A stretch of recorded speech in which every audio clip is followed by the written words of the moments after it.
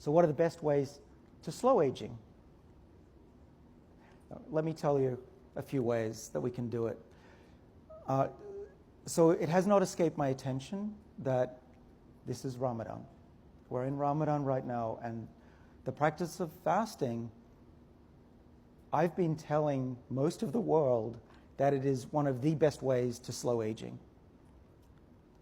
Just think how many of you feel better after a month of fasting.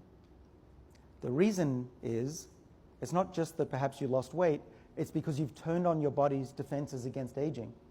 Your bodies fight aging when you fast and when you do these things that I'll tell you about. The other thing that we discovered in my lab is that plants make chemicals that turn on the body's defenses against aging, just like fasting does. They turn on the NAD production, and they also turn on the SIRT1 protection, and they stabilize the epigenome.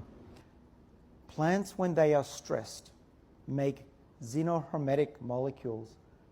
And you can find these molecules, for example, in olive oil and in very colorful vegetables.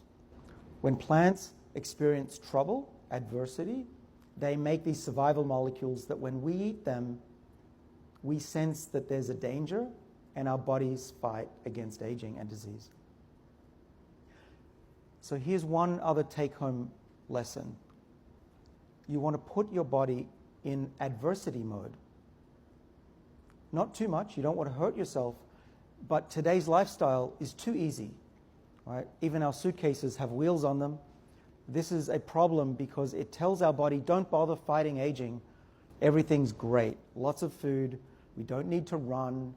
It's all good. We don't even experience a lot of temperature changes anymore. So we need to go back to how we used to live.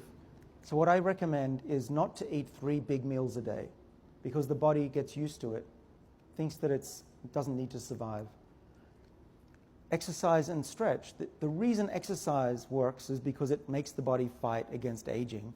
It turns on these protective SIRT1 longevity genes.